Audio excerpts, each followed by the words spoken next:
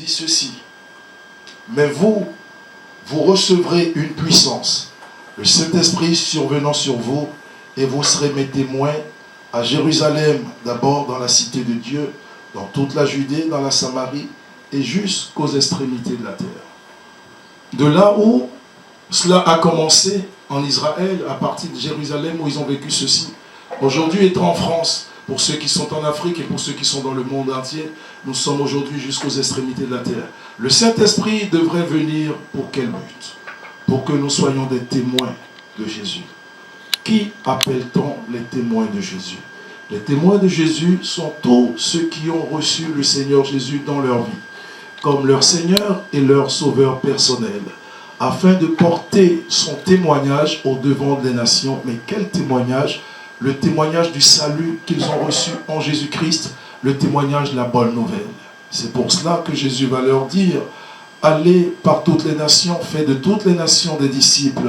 Ok? Eh bien, selon que je vous ai envoyé, j'ai été envoyé, moi aussi je vous envoie. On ne peut donc pas être chrétien sans le Saint-Esprit. C'est impossible. On ne peut pas être chrétien sans le Saint-Esprit. On ne peut surtout pas être chrétien céleste sans le Saint-Esprit. Mais qu'est-ce que le Saint-Esprit? Jésus a dit, vous recevrez une puissance, le Saint-Esprit survenant sur vous. Donc, avant toute chose, le Saint-Esprit est une puissance. Mais en vérité, le Saint-Esprit est l'Esprit de Dieu. Et nous disons dans la Trinité que le Saint-Esprit est la troisième personnalité de Dieu par Dieu le Père, Dieu le Fils, Dieu le Saint-Esprit. En vérité, le Saint-Esprit est Dieu. Le Saint-Esprit est pleinement Dieu. À la croix de Jésus, qu'il vous souvienne que tous les apôtres ont fui.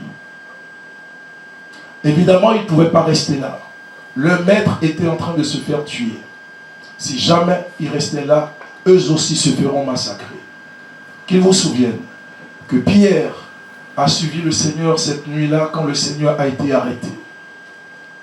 Mais au moment où le jugement du Seigneur a commencé la nuit dans le Sanhédrin, lorsque quelqu'un a reconnu Pierre et qu'il a dit, mais toi, n'étais-tu pas aussi un des siens? Pierre a nié et a rejeté Dieu et a fui. Pourtant, Pierre aimait tellement Jésus. Pierre, après, donc, va regretter son acte et il va pleurer. Parce que Jésus lui avait dit, tu me renieras. Et Pierre a dit à Jésus, non, moi je ne te quitterai pas, je ne te renierai pas. Ça veut dire quoi?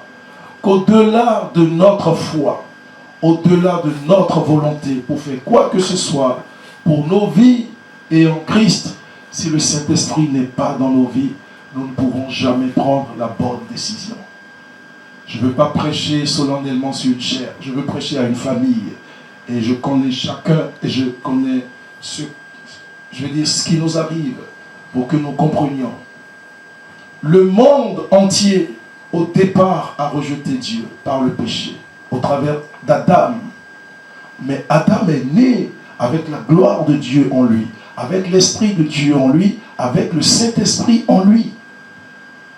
Au départ, on ne parlait pas de Saint-Esprit. On parlait beaucoup de l'Esprit de Dieu. Adam a donné le nom à toutes les créatures de Dieu. Comment Adam a pu faire ça? Du temps d'Adam, étant lumière, aucun lion, aucune lionne, aucune panthère ne pouvait faire du mal, je veux dire, à un homme ni à la création. La création entière était dans la paix de Dieu, dans la gloire de Dieu.